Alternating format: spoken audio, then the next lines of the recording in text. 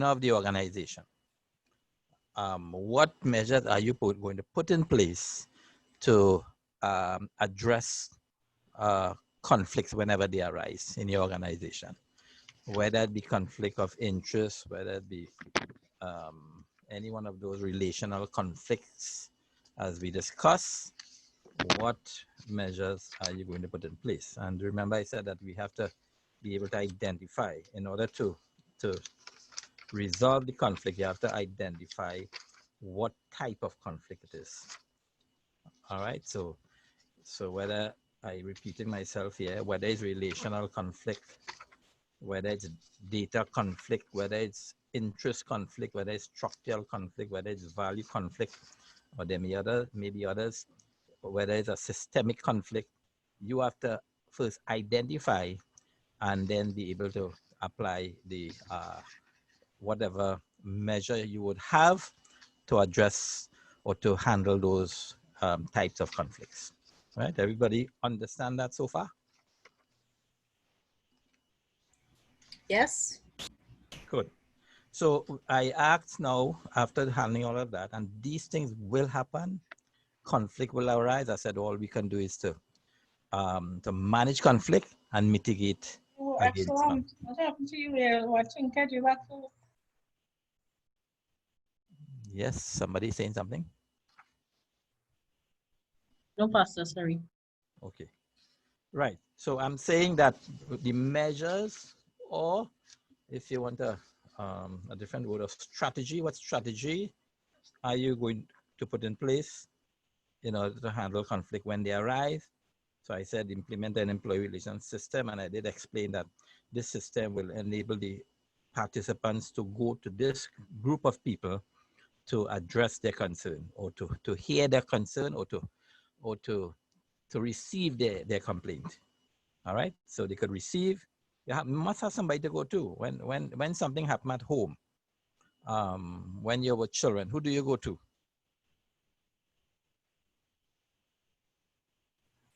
So I could repeat that one more time. Sorry. When you were at home, when you were children, and something happened among yourself and one of your siblings, who do you go to? No, Pastor, I can answer that question. We used to fight, so. Well, somebody used to go somebody for you. We used to fight. Right, but after the fight, who would you know? Yeah, a parent. Right, and right. So that's what I'm saying. So the parent would be the relation system, the employee relation system, the family relation system, and most of the times it's the mother, your mommy. You go to first before you go to daddy. All right, and then if mommy is able to is unable to solve it, she call daddy. You with me? So you have a system you operate with, and it's the same principle that we apply, you know, to our organizations. So implement the employee relation system, and then we talk about the internal complaint resolution system. I sent out some notes. Sister Amina, you got it, right?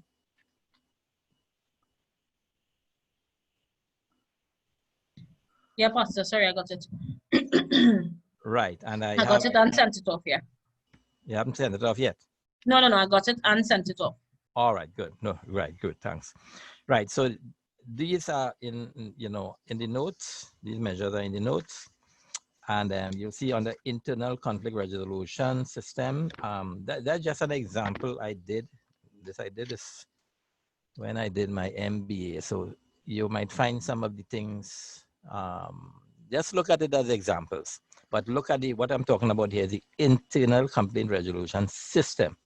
So you could set it up in such a way, it could be tiered, meaning, as Sister Matura was explaining, if you go to the first person or the first body, it isn't able to be addressed. You don't feel comfortable. You go to the next level, and the same if it is unresolved there, you feel that you're not getting the justice that you're looking for. You go to the next level until you get your matter resolved. So that's the internal resolution system. And again, remember, you are setting up this system for the workers or the members under your jurisdiction, right? So this is your system that you are setting up.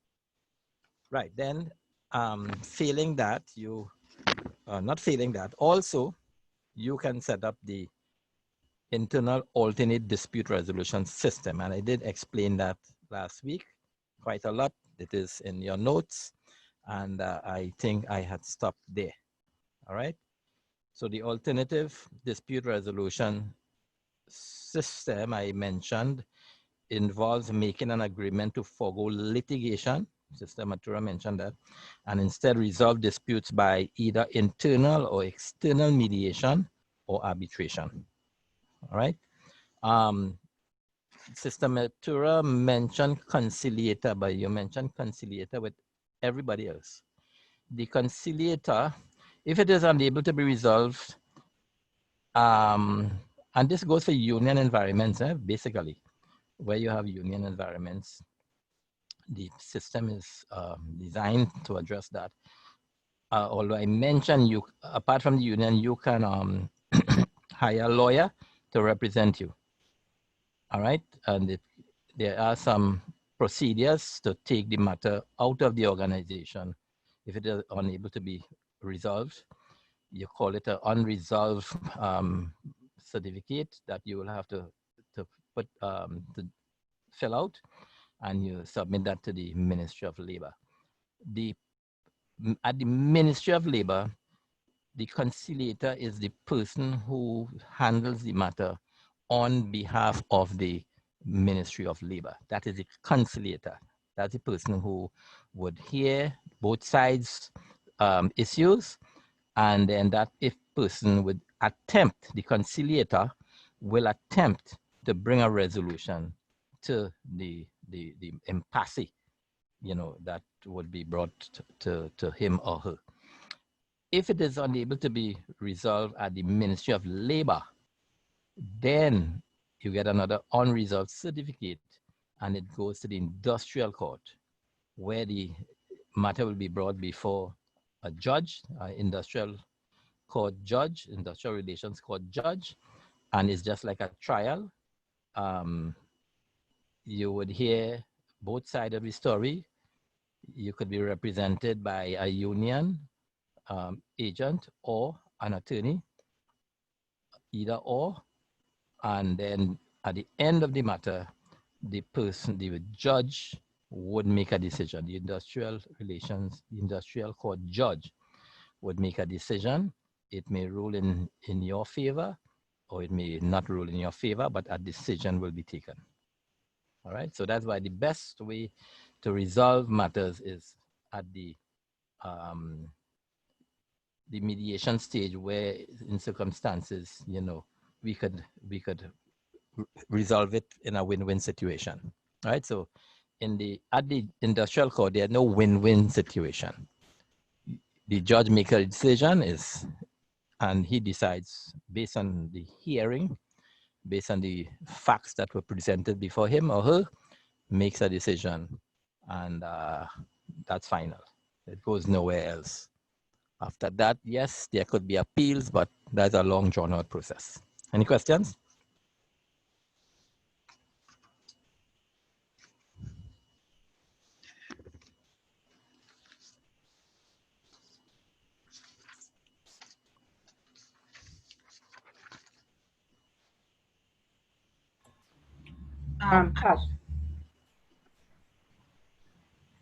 I just want to say that these processes are so long and drawn out that sometimes people let sleeping dogs lie. It takes so much from you. It affects you, and sometimes it appears to be never ending, and you wonder if it is worth it. Well, it's according to the grievance. If you are the appellant or the complainant, if is based on what you want. If you want to let it be, it's okay. You can decide not to pursue the matter further. But if it's something against you, you are the complainant. You have to decide whether you want to take it further or not. And there is a million and one issues that could be raised, and it comes in all kind of different sorts and different types. It's up to you. If you don't want to pursue it, well, you know, and you are a player in the organization, well, the organization will be very happy that you drop the matter. But if it's an organization where you are feel deprived, if you have been wrongfully terminated, and if you are guided properly, and you can win the matter, even if it go up to the industrial relations in the industrial court, you can win the matter, and your attorney tells you you can be awarded $5 billion. Would you let it lie?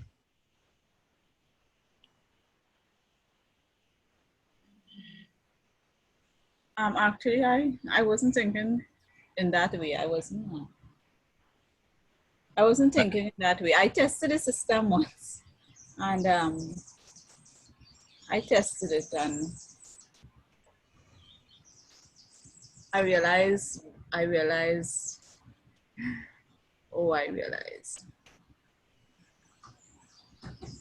the injustice of the whole thing, and I just dropped it. Okay. For peace of mind, I just dropped it. Right, good. Although I was not in the wrong, I just dropped it. Right. Who was your advisor or counselor or representative? Myself. Yourself. My God. Okay. You know, in the end, it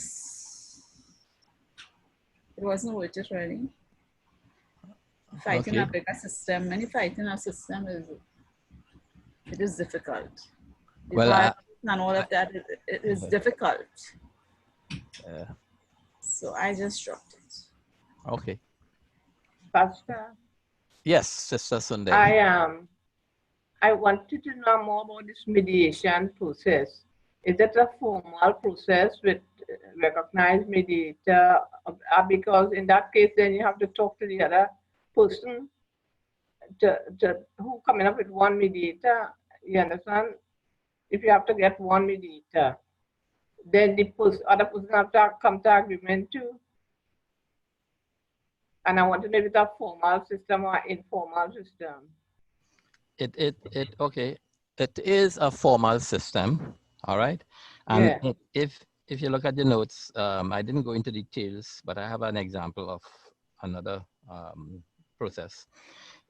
In the one that Deborah Bowen uses, if you look on page 15, it has the 5 stages in the mediation process. They are the pre-mediation. All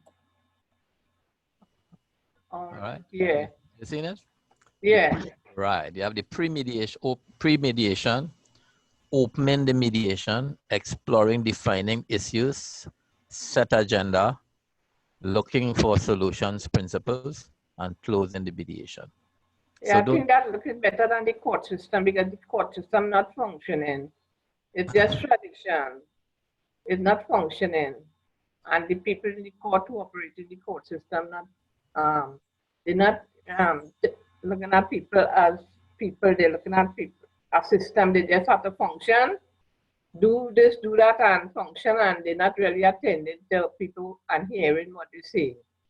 We just go into the system and they don't really get redressed. And people who could work the system to their advantage, they do it. So I thank you for this mediation system. Okay, but I must say at the same time, not all matters will be resolved using mediation. The court system still has a major role to play. For example, if somebody is feel deprived in the place of employment, and I'm talking all these things that we might find we are not talking about church, but it happens also in the church. There's not too long ago, somebody wanted to take the organization to court. All right, so it can happen within a church organization. even a pastor could be relieved of his duties, and if the pastor feels that he has been wrongly terminated, he can take the matter, and the same process will have to be followed. So these things can happen. So don't think that we are talking things that are not related to the church. Y'all, I'm speaking, this is principles of leadership. And what we are teaching you is what you will face, what you may, I remember use the word may, what you may face in matters, dealing with the church in the future. Jim Baker, this is not secret. Anybody knows Jim Baker? Pastor Jim Baker. Praise the Lord. Remember Praise the Lord, PTL on that came out early in the 70s. The first TV evangelist program we had coming from the US. PTL. So that was a program that was instituted and hosted by Jim Baker. He's a pastor, and he founded his own church, and he spent some time in prison. So, Sister Gloria, do you know him? You're supposed to know about PTL. I know about him.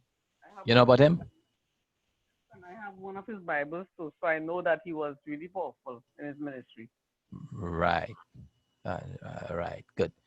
So I'm saying in a church, these are things that we need to know because you are being trained as leaders, so you will know how to handle matters if these things come, to you. I'm not saying you are going to get involved, but I'm saying you will be able to know how the process is being handled. All right, and it's important to know these things. My wife is working in the company also in Petrotrin. She was an IT trainer. And here we had an engineer sitting in one of her classes. I think she was teaching Excel or one of those courses at that time, or project management or something. And this engineer said, well, Miss Waldrop, I am an engineer already. What I'm doing in this course. And she told him, although you are an engineer, you're probably a head of a department, you need to know the people who work under you, what they do and how they do it, and the processes and how it is done. So if they come to you with a problem, you will be able to advise them. You understand what I'm saying? So as a head of an organization, for example, like Pastor Agard, he would need to know, he's the national director of Bible Standard Churches, he would need to know these processes, the options that he have, and we have system in place for there are situations where we have issues within the organization, and one of the process we have in the organization is that the matter is to be handled, or any issues within the organization, inclusive of pastors, or that, as the case may be, is handled by the assistant national director. That is part of his function. So we have things in place, and you need to know what avenues there are, and what measures we have in place to address matters that would come to you as the head of the organization. All right. So mediation is not one size fit all. We have to know how to use mediation, when to use mediation, and if we can use mediation.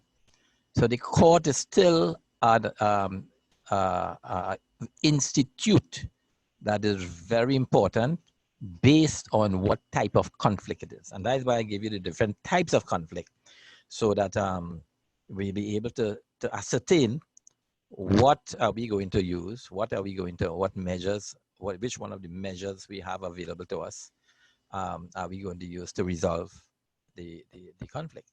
and we have to bring it to a resolution. Because if you are head of an organization or head of a church, and you have two major people in the church not speaking to one another, or there is some disagreement, and we're talking about senior people within the church, what are you going to do as the pastor or as, you know, the person in charge? What are you going to do? So we need to have things in place to be able to address, you know, some of these matters that would come before us. All right. Okay.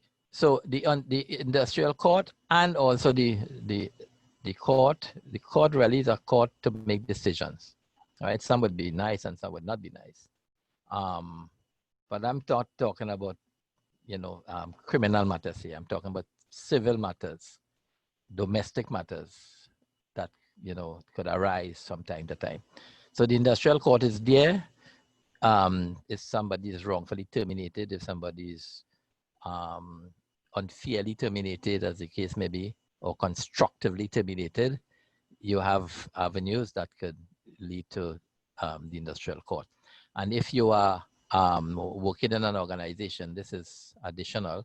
If you're working in an organization and you are, let's say, 40 years old, how the judgment is passed is that if you were wrongfully terminated and were adjudged wrongfully terminated, and the matter, you know, were brought up before the court, the industrial court, and you won the matter, there are different type of judgment that can be made.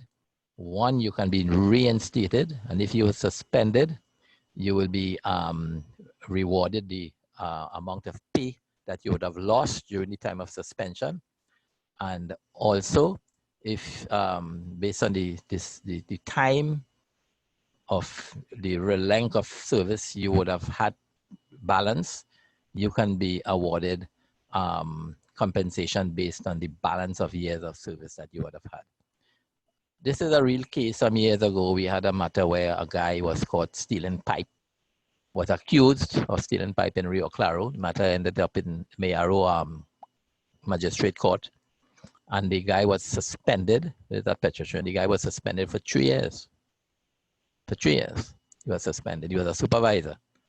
And when the matter was judged after some time, after 3 years, of course, he was suspended for 3 years, and the matter, you know, matters take long in those courts. After 3 years, the matter was adjudged at the Mayaro Magistrate Court, and he won the matter. And he had to be reinstated, and he was awarded the amount of money that he would have lost. He was on suspension without pay for 3 years, and that came up to maybe to over $650,000. The company had to pay him for those 3 years that he was under suspension. Won the case, and then he was reinstated and continued to work up to when Petrochin, you know, was closed in 2018 November, right? So it's based on the matter system, Sister Amatura. If you want to drop that, well, it's up to you. If he didn't take the matter further, well, he would have remained under suspension and terminated eventually, and you know, he would not have gotten, you know, the compensation which was due to him, and he would have lost his job. Yes, Sister Matura.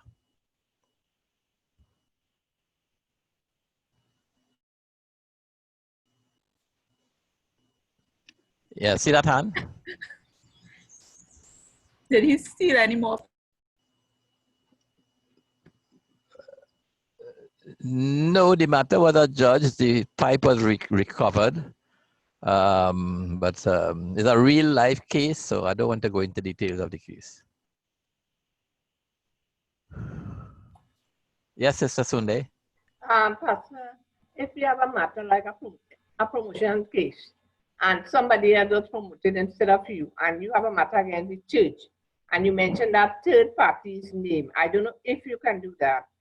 Does that person, third party, have to be part of the case or the court system, visiting court, or can that person say that, no, I don't want my name to be included in your concern with the church. I just want to know how it relates with people. Like, sometimes you have a matter with the church, but then you mention on third party where that person get promotion instead of you. Does that third person have to go to court cases, or can they say, no, I don't want my name mentioned in that? No, if you have a grievance, you call it a grievance, Yeah. concerning you felt you were deprived or Yeah. you were overlooked, Yeah. all right, and it was given to somebody else, you're not dealing with the other person. You're dealing with the company. Right, but by some way you wouldn't mention the person name at all. No, you don't have to mention that person. All right, okay, all right, thanks. Right, great. Because how these things are judged sometimes too, if you felt you were overlooked and it's because of bias reasons, and the company, and it go to court, you took it up, and the company, it goes to court, and the court agrees that you were overlooked. What could be done is that you could be promoted in another area. You can't remove the person from the promotion that person got. You will be promoted and you can be placed in another area if you were vying for the same position. All right, so these are how the judgment is made, right? Yeah. Right. Thank you. Welcome. That's free, eh? That advice is free advice there. Okay, so I'm saying that the mediation process, we talk about mediation Pastor, now. sorry, you have one more hand, sorry. One more hand. All right, yes, Sister Trayton. Sorry, Sister Trisha. Hi, sir. Evening. Yes, evening. Okay. With everything, it have a good and a bad. So what happened is, I know of a situation where there were some teachers who, in a school, the school was closed down because of health reason, and then it was reopened, and they wanted to get a health and safety certificate, right? So everybody came to school and things was normal. The teacher turn and thing, and these group of teachers decided that they were not going back to school. Mm-hmm. So after a while, maybe I'm not sure if it's probably a month or two or what, the principal had to write up that these teachers were not attending school and their salary was stopped, and they bring the Ministry of Education to court. But I'm not sure if they got reinstated or what. But sometimes people abuse system. So yes, it have a good and it have a bad. Because I can't remember what happened, but they asked for the certificate and they refused to come to school, and some children was in Form 4 and Form 5, and parents was complaining, and they bluntly did not come to school, and these children had to resort to extra lessons and different things. And what was sad is that one of these teachers was a Christian, and I find sometimes Christians just embarrass the faith. So they bluntly didn't come to school, and after they bring up the Ministry of Education. Yeah. So that's my comment. All right. Well, where health is concerned, you have a right, and the matter ought to be brought to the attention of the principal, right, as the first line, to the principal. But you continue to work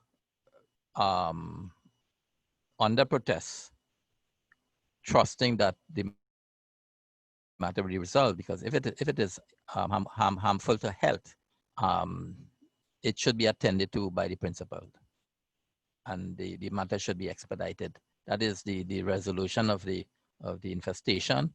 It should be addressed immediately. Where you have health issues, you have recourse, and you have tutor who's there in the teacher environment to represent you, so that if it's all the teachers, whether you're a Christian or not, it's your right. Where your health is concerned, you have to secure your health, and the administrator, which is the principal, who is the head of the school, have to ensure that you provide a safe working environment for the employees in the organization. So I want a responsibility, and that's where OSHA come into being, which is the OSHA Act, that you have to provide a safe working environment for all employees within the organization. What's happening with us in church? We have to provide a safe environment for every member. Hence the reason why in this time we have to ensure that the church is sanitized. I hired a professional sanitizing agency to sanitize the church before we resume service. So even though we didn't start service the first Sunday when everybody started, we started on the 21st of June, because I had to ensure that the church was fit for our members to attend church safely.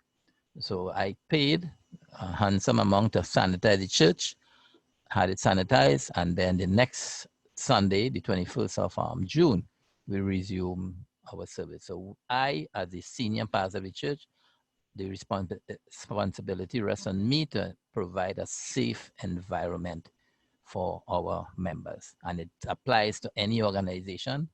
And that is our responsibility to provide, the right environment in any workplace of employment, place of worship, as the case may be. All right, so there are 5 stages in the mediation process, which I mentioned is pre-mediation, which the pre-mediation will be one where you started putting the process in place. All right, so mediation hasn't started yet, but you begin to put the measures in place. If it's 2 persons, these 2 parties, would be advised as to the process that, you want to use, and they also would have to agree to the process, right? So that's the pre-mediation process. When the two parties agree for the process, you set a day, all right? And then you bring the 2 parties together, and then you have the opening of the mediation. So you explain to them at this point in time, what are the ground rules, which somebody spoke about the ethics. You could talk about ethics there, and the ground rules for the process. These 2 people may be at war with each other at this point in time, but they both had agreed to in the pre-mediation, this interview, they both agreed to use the process as a method of bringing a resolution to the problem. All right. And then when you bring the parties together, exploring, defining issues and setting agenda and so on, at that point in time, you start exploring, what the story is, what the issue is. So you may want at this point in time to hear each person issues separately. You wouldn't want to, to hear from each person together, 3 of you sitting there, because, when you're given your side of the story, the person might, respond as the case may be. So you wouldn't want that. So you hear the issues separately, and then you're able to define the issue. That is important, to defining the issue, because some people get the issue wrong. All right. And then we set an agenda for resolution. So this wouldn't happen in one sitting. It may take a number of sittings to bring closure to. But once the process is accepted, the mediation process accepted, all that you will explain during the process, so that each person will be aware of what they will be encountering. All right. And then when you hear these 2 issues brought forward, you can bring the parties together, and you can, at this point in time, explain to the 2 parties what the problem is. Having heard 2 parties separately, you bring both of them together and you define the issue. You talk about the issue. You don't talk about the personalities. You talk about the issue. All right. And you define the issue. What really was the problem? Because some, even though they are the owner of the problem, they might have it distorted. But you as the mediator have to be able to define the problem, and they will be satisfied with questions that you would present to them, that this is what the issue is really about. If you're unable to define the issue, you really won't get the right solution to the problem. All right. And then at this point in time now, you can look for solutions. You could come up with a number of solutions, and you will let them present solutions to their own problems. So you may ask for solutions from one party, and you could ask for solutions from the other party, what recommendations they would make. And then you can use some analysis. So what you can do is have write the issue down, let them see the issue, let them agree on what the issue is. And then you have solutions. Now, you may not have one solution. You could have alternative solutions. So you could have one recommendation, solution one, and then you could look at the pros and the cons of each solution. Is this going to solve the problem? Then you could, the other person might have another solution. You write it down in all their presence, and then you look at the pros and the cons of the solution. And you could come up with about 3 or 4 solutions, looking at the pros and the cons of each solution and analyzing it at the same time. All right. And then you can choose out the best solution, the best possible solution with the most advantages, and let them decide. The important thing is letting them, come up with their own solution to solve their own problem. All right. And we can have them. Now, one of the things in mediation that you will encounter at the very first instance is that these two people, these two parties, were not speaking to each other.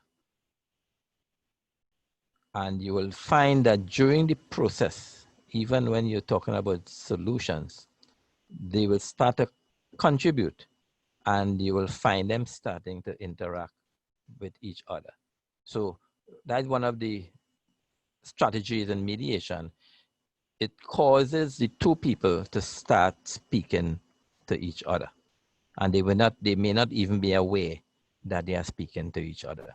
All right, so you look at the possible solutions and come up, agree, let them, present the solutions, and you analyze the solutions, as I said, into different pros and cons, and then let them decide on which is the best possible solution.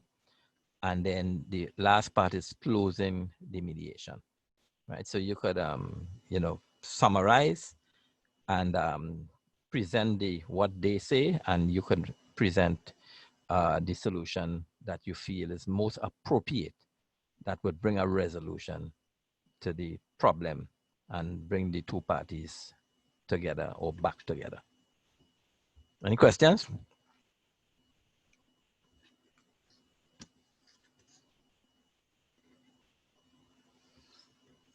No, Pastor, we good.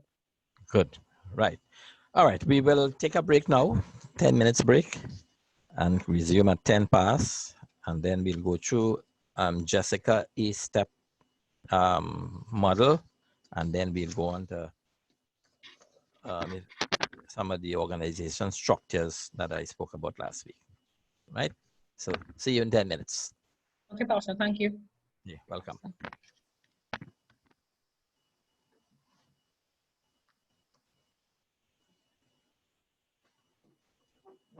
Okay. All right.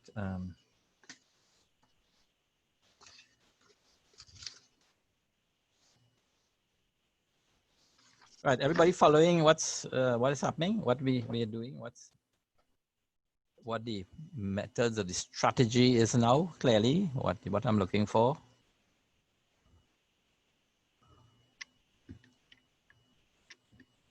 Yeah, Pastor, it's a little bit clearer now, yeah. All right, great. All right, so I want you all to read when you get home Genesis chapter 32.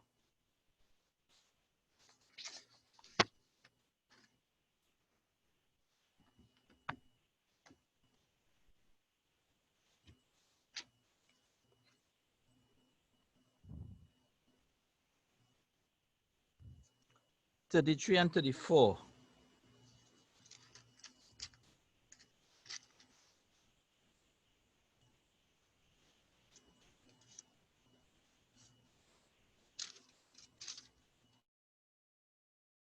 All right. And what you will get there? Genesis 32, 33, and 34. Anybody?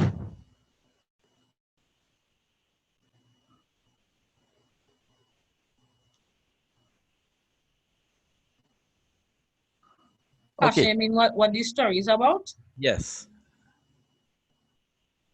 In a nutshell. The Not in a story nutshell. of Yes. the story of Jacob and Esau. Right. The story of the reconciliation of Jacob and Esau. Read it. Think of mediation in mind, and you will who brought them together?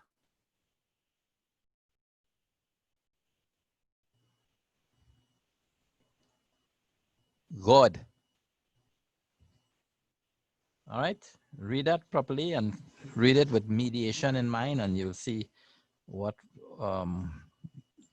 Jacob was told to do, and you will see a reunion, a reconciliation taking place. All right. And God is the mediator in that reconciliation. What the Bible says in 1 Timothy 2 is saying, I exhort therefore that first of all supplications, prayers, intercessions, and giving of thanks be made for all men, for kings and for all that are in authority, that we may lead a quiet and peaceable life in all godliness and honesty. For this is good and acceptable in the sight of God and our Savior. All right, who will have all men to be saved and to come unto the knowledge of the truth. For there is one God and one mediator between man and God and man, the man Jesus Christ Jesus, who gave himself a ransom for all, to be testified in due time. So there is for there is one God and one mediator between God and men, the man Christ Jesus. And God is always there as our mediator to reconcile lost humanity back to the relationship with God that we ought to be, we were designed or made to have.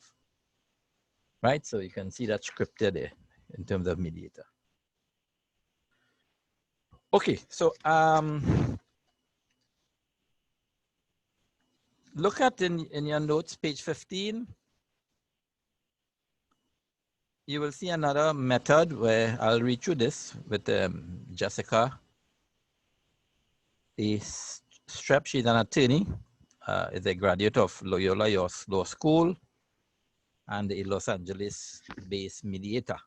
So she says there are 6 steps to a formal mediation. Introductory remarks, statement of problem, and it will be similar to what Deborah Bowen spoke about. Introductory remarks, statement of problem by the parties, information gathering, all right? That could be like exploring and so on. Identify and the identification of the problems, bargaining and generating options, and reaching an agreement. So it's very similar, looking for solutions, bargaining and generation options, principles, and reaching the agreement, which is closing the mediation, all right? So introductory remarks. This has a little more meat. It says, the mediator will wait until both parties are present and then make introductions. The physical setting will be controlled so that no party feels threatened. Most mediators will ask that if children are present, they wait outside. The mediator will then give an opening statement. This outlines the role of the participants and demonstrates the mediator's neutrality. Some media, and that's one of the things you have to note, you must, if you are the mediator, you must be neutral.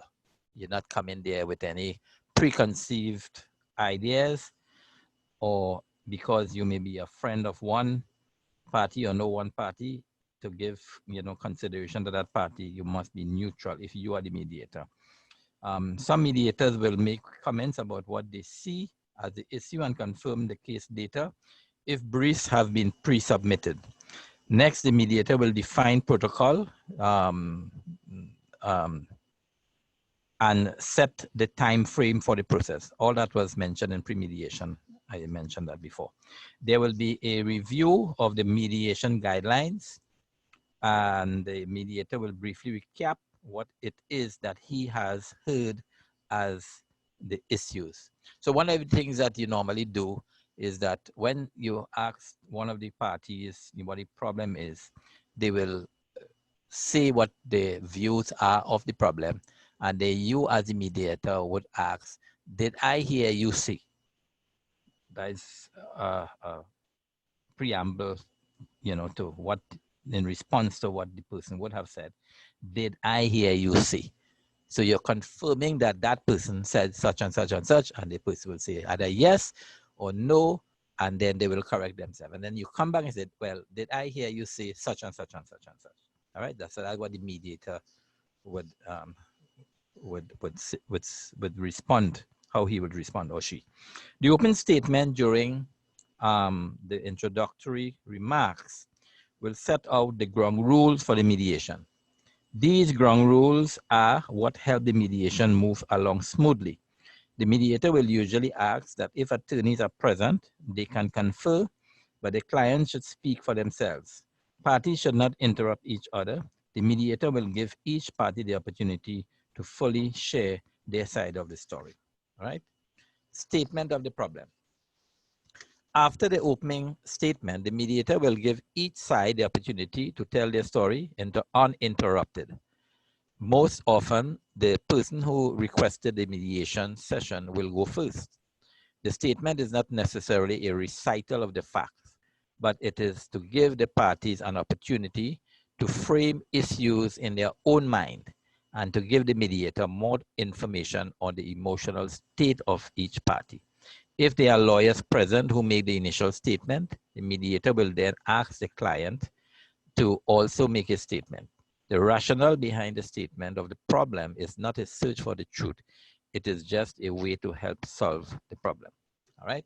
So statement of the problem, again, that falls under defining the problem. So we clearly need to define what the problem is. All right. Information gathering, the mediator will ask the parties open-ended questions to get to the emotional undercurrents. The mediator may repeat back key ideas to the parties and will summarize often. This is what I was sharing with you before, right? This helps the mediator build rapport between the parties, and especially when the facilitative style is used, which ought to be the style, the facilitative style, right? So then problem identification. This might also be part of other segments. The mediator tries to find common goals between the parties. The mediator will figure out which issues are going to be able to settle or those that will settle first. Right, that's clear. And then bargaining and generating options, reaching an agreement. And this is very similar to looking for solutions principles. Methods for developing options may include group processes, discussion groups or subgroups, developing hypothetical plausible scenarios. These were the alternatives that I'm speaking about, or a mediator's proposal, where the mediator puts a proposal on the table and the parties take turns modifying it. However, the most commonly used method is the caucus. Once the participants are committed to achieving a negotiated settlement, the mediator will propose a brainstorming session to explore potential solutions. This can lead to a final agreement, which diffuses the conflict and provides a new basis for future relations. The mediator may decide to hold private sessions with both parties in order to move the negotiations along. I did mention that this caucus session will be confidential. The caucus provides a safe environment in which to brainstorm and surface underlying fears. The goal of the session is to find some common ground by exploring lots of options and to bring about possible solutions for the parties to think about. Parties can also ascertain alternative solutions to their problems without committing themselves to offer the solutions as concessions. All right, so this is the mediation process, how it's handled. And it's important. If I were in class, I would have do a role play where we would have had two people with a problem, and we would have a mediator, and the mediator will bring the parties together and try to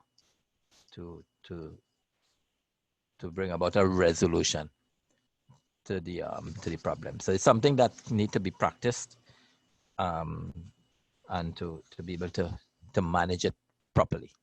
All right, any questions?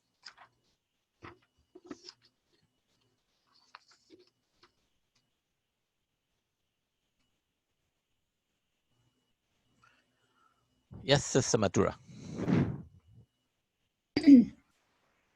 I am just thinking about what you just said. If you were in class, well, under different circumstances, yes, so we could do this under different circumstances if we are there in person. However, I am thinking, right?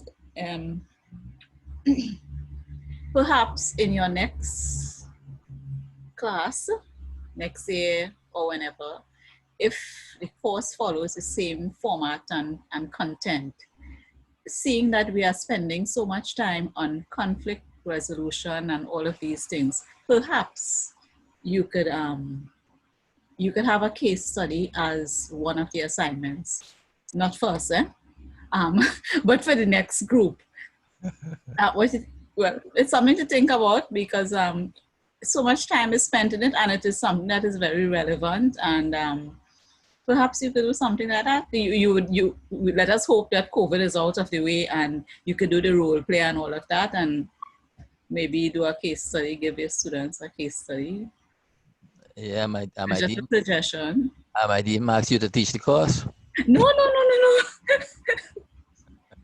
No. But well, there's a girl who was in one of my class. I used to teach church history, early church history, which entails First Samuel, Second Samuel, First Kings, Second Kings, Chronicles, Ezra, Nehemiah, Esther. I taught those as early church history. And there's a girl who sat in my class. Her name is Lystra Balgobin. Now she's married, Lystra Balgobin. And she ended up teaching Bible school. Very good. And she we taught, for the last 3 years, we taught church history together. We were co-teachers. If you check back the schedule, we taught at San Fernando. You'll see where she and I taught church history together. We were co-teachers. So some of y'all can will rise up and teach Bible school. It's quite okay. And I expect that. We'll take that as a compliment, sir. It is. You will. All right, I want to move through this quickly because I want to do a little bit of the structures which you need to know. All right, so I'll read through this quickly, this section of it. Arbitration, this is another strategy, but this is not really, this is just for knowledge, information, right? So arbitration is another strategy, measure. Arbitration is a more formal process for alternative dispute resolution, yet not so formal that the rules of a court must be followed. All right. Deborah Mendez-Boeing defined arbitration as a formal hearing conducted by one or more arbitrators. I keep referring to her because I sat in a session with her. It was a week-long conference at the Cascadia Hotel. So that's why I refer to her, and she's very good. She's a lawyer by profession, and she does this thing I mentioned to you all over the Caribbean, including Trinidad and Tobago. All right, she's one of the exponents in the Caribbean. So she defined arbitration as a formal hearing conducted by one or more arbitrators who may be officially sanctioned to reach decisions that are binding on the parties. Each side presents arguments with much of the formality of a court hearing. The arbitrator then decides how the dispute is to be resolved. So participation is usually voluntary, and the decisions may or may not be appealed. So arbitration is a way of bringing resolution to a matter, and to bring, the bottom line is to bring closure. So it may go in your favor or it may not go in your favor. Once you agree to go to arbitration, it is not an official court system, but it's like a court system. You have a judge, but he hears unbiasedly the different views of both parties, and then he or she makes a judgment, a decision on the matter, right? So hardly you will have a church going into that kind of thing, but this is just for information, all right? And what I want you to do is to read through statutory, well, this is just for information. Statutory institutions consist of conciliation of the Ministry of Labor and Small and Micro Enterprise and the Industrial Court. So we spoke about that at length, right?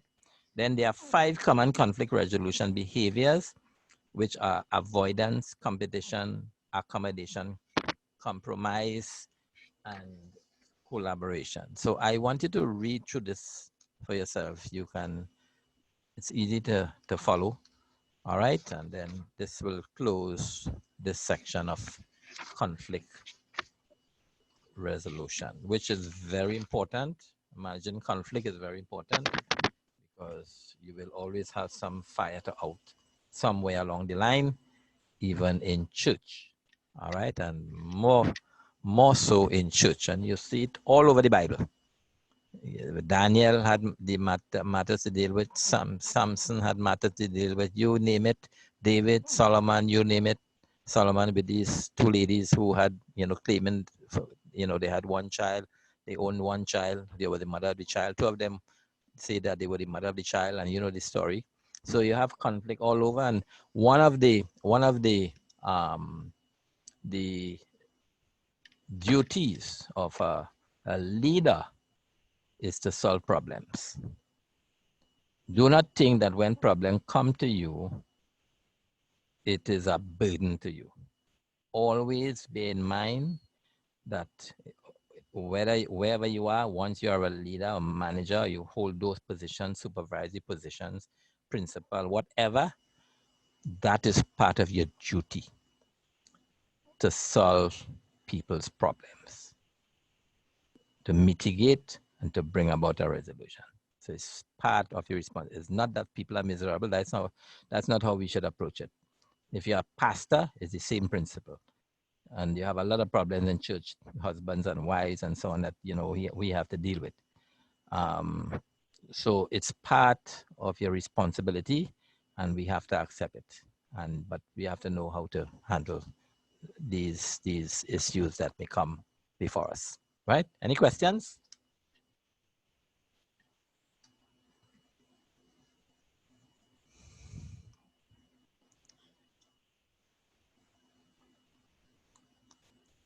Feel free to read further and get any other information on managing conflict. But you have a lot, that you have gotten there. But feel free to read and, do further research. All right? Okay. Everybody understands clearly?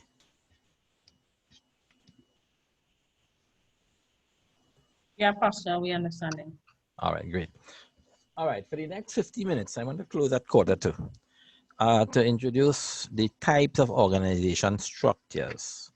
Because in every organization we are in, there's a structure. Even in our own departments, there's a structure. All right, good. so I'm sharing with you, there are quite a few, but I just want to give you some basic types.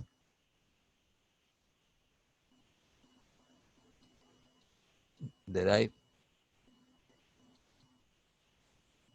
Okay, somebody camera came on a while ago. Was it mine? No, Pastor, it wasn't yours. Okay. I Thank think you. it was inadvertent. Oh, all right, no problem. Okay, so I want to share with you just 4 types of organization structure. There are about 8 or 9. There are others, but these are basic ones I want to share with you, and you'll be able to understand that every organization has a structure. Open Bible has a structure. I will share that with you next week, but I want to give you some general structures. So the type of organization structure I want to deal with: hierarchical structure, horizontal or flat structure, matrix, and team-based, if I have the time to finish. I want to close at 7:45. All right. At some point, you have likely seen an organizational chart for your company, and we can probably guess what it looked like. The typical org chart looks like a pyramid. Your top level management stretching with lines stretching down to middle management, and finally staff level, and then employees. But not every company or organization functions best with a hierarchical organization structure. Many types of organizational charts exist because many types of organization structures exist. All right. So are we familiar with the hierarchical structure organization?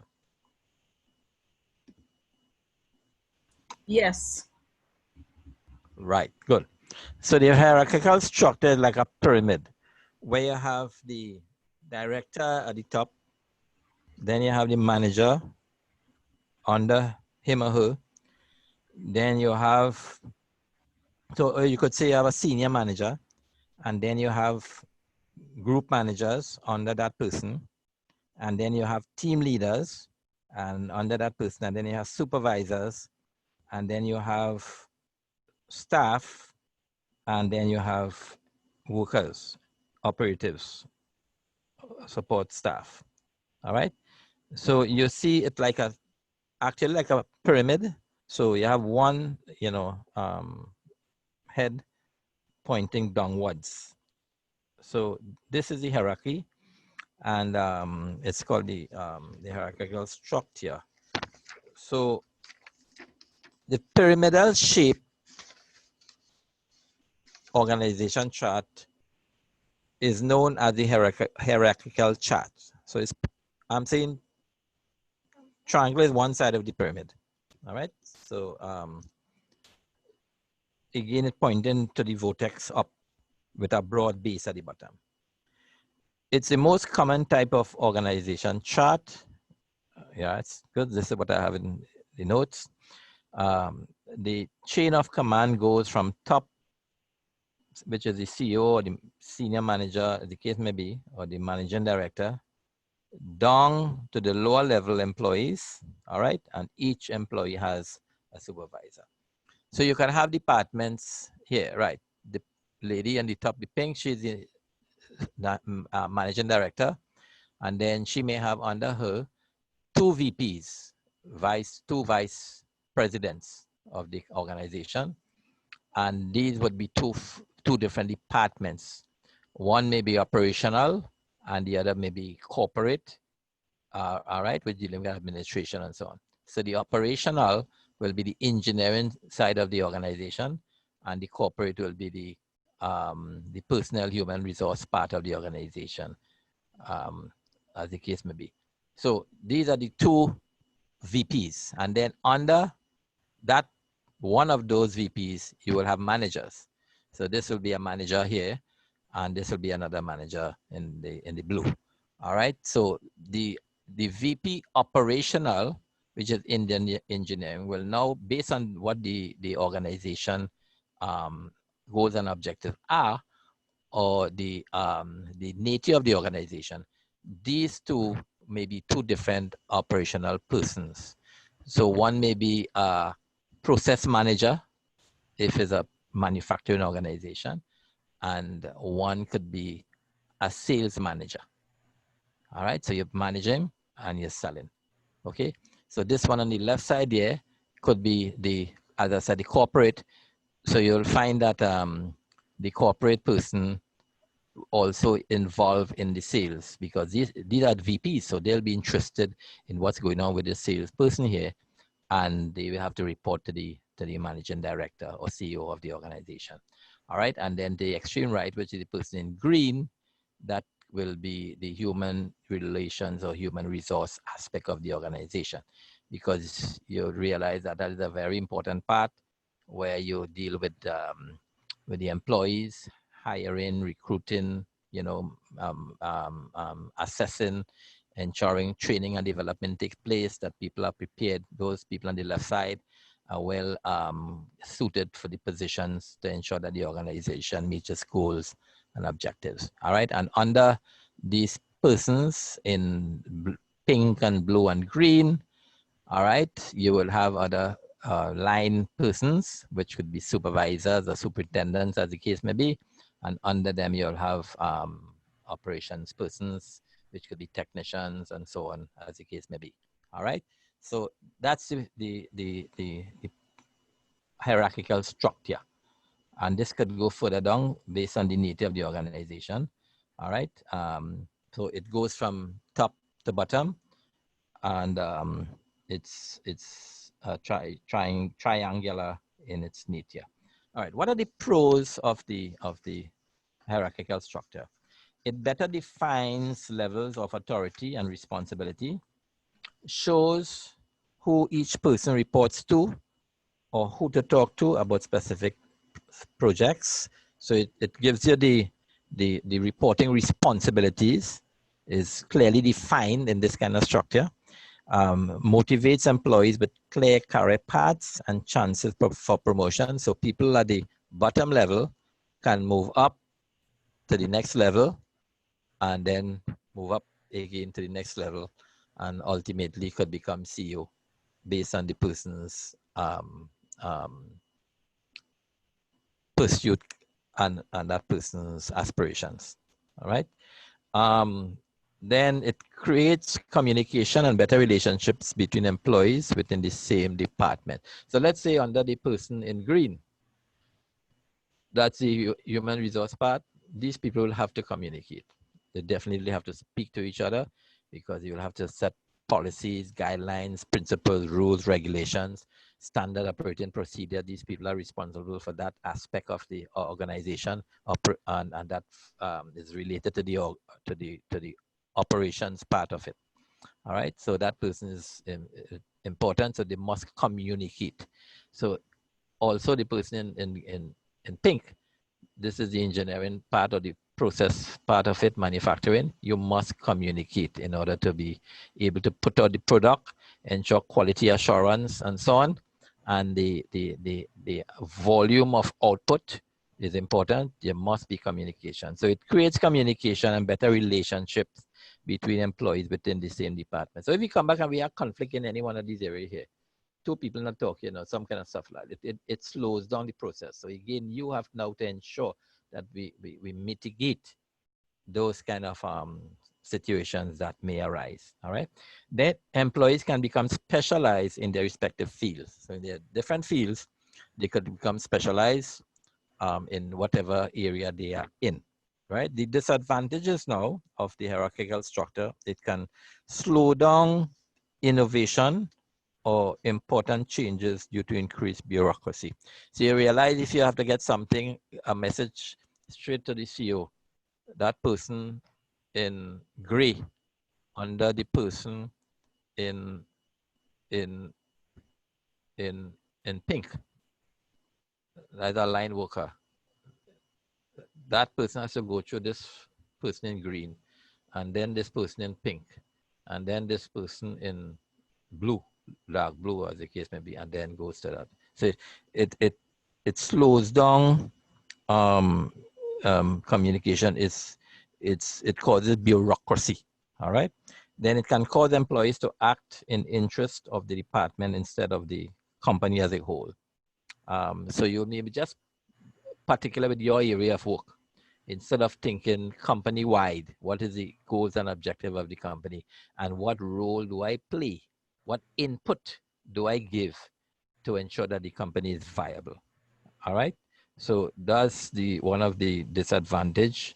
It can cause employees to act in interest of the department instead of the company as a whole. When we're doing organization training and transformation, we ensure that the employees, consider that they are partners in the organization, not employees, but they are partners in the organization. So that when they come to work, they work, motivated. They're self-motivated. Nobody have to push them. They come to do what they have to do because they want to ensure that the organization is successful and they are part of it. All right. And one of the disadvantages can make lower level employees feel like they are not part of the organization. I just spoke to that. All right. So this is the hierarchical structure. So any questions on the hierarchical structure?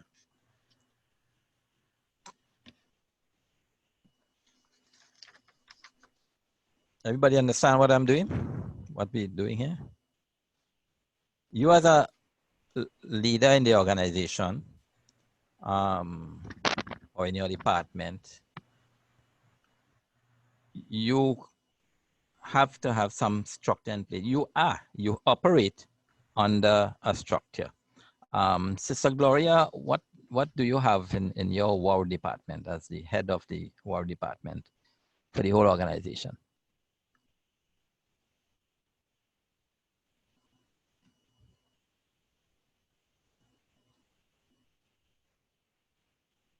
Sister Gloria.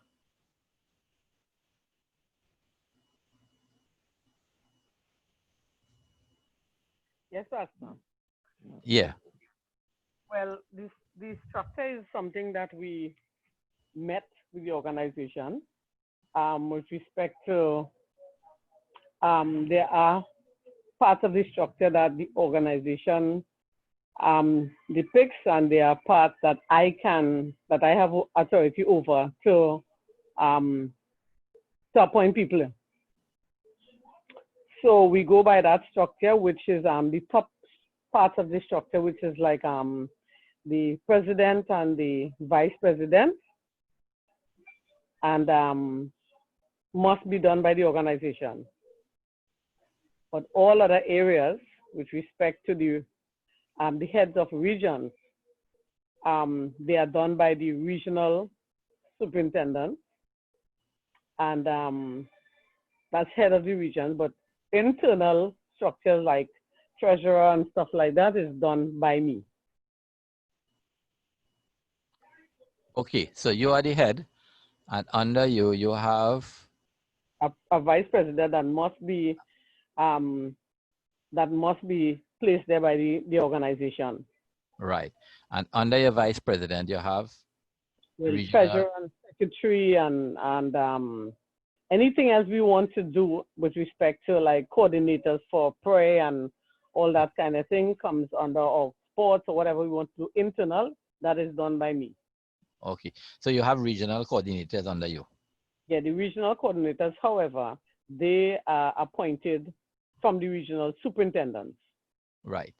Or true, I should say the regional superintendents. Right, but they fall under you. Yes, all fall under me. Right. So that the superintendents in each region will appoint people from their region to be on the team. Right. However, when I'm on the team, I have the responsibility to decide who would be secretary and treasurer and that kind of thing, or prayer coordinator, all of that. Right. Okay, great. Okay, so you have a structure in place, and you report to the?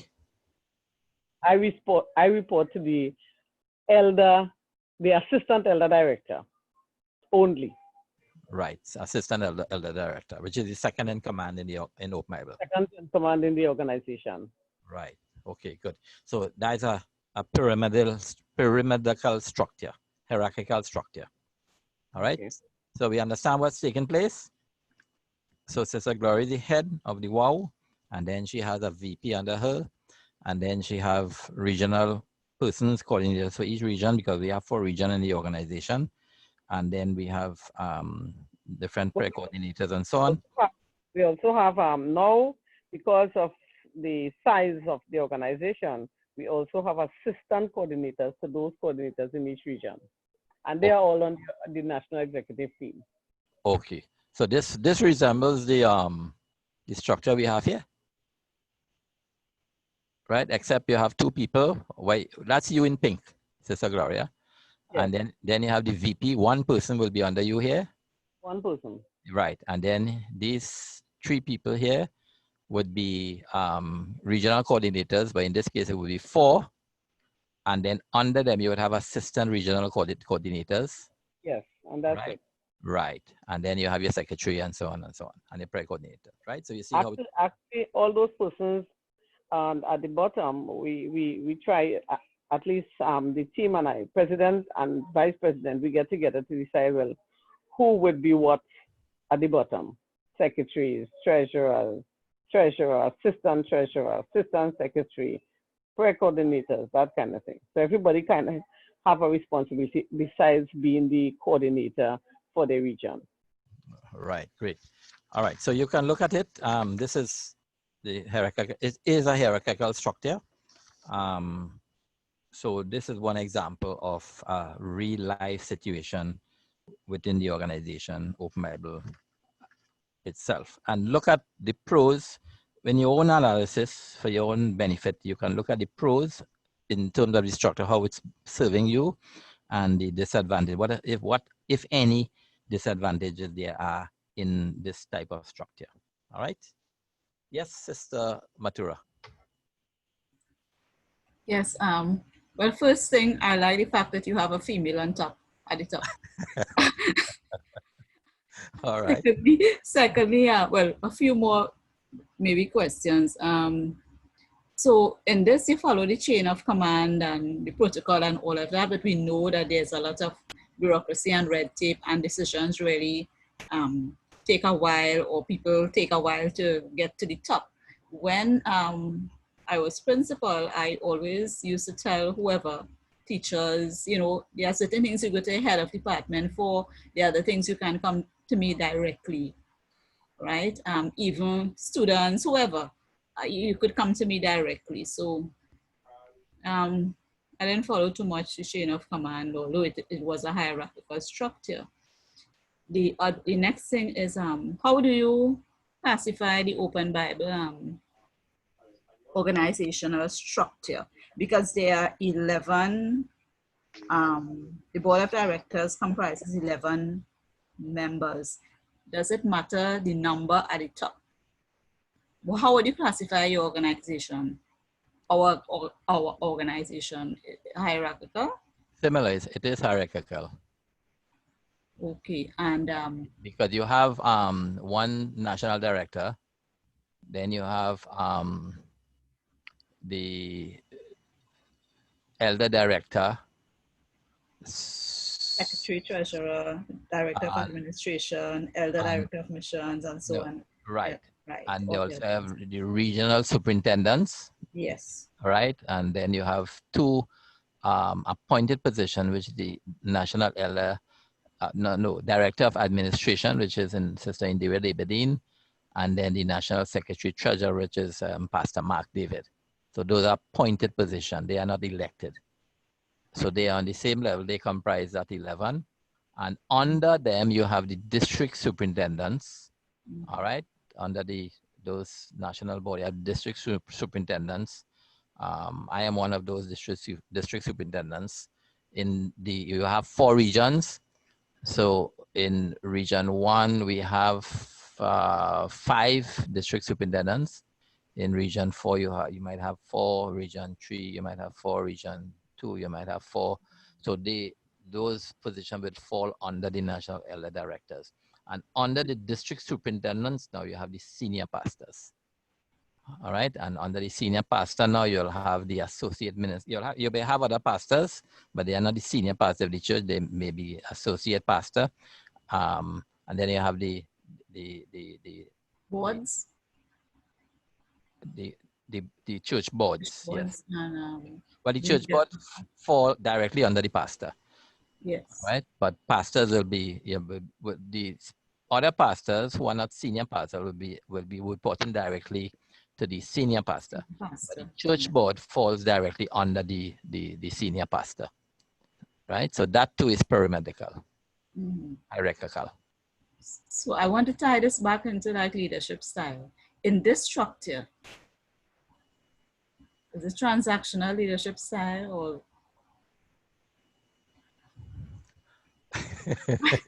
I mean, because you're looking at In terms of what? In terms of wow or in terms of open Bible? no, generally in terms of the hierarchical structure. Right. That what you're speaking to now will be the type of leadership style that the person in pink or that person at the head adopts. Okay. All right. Okay.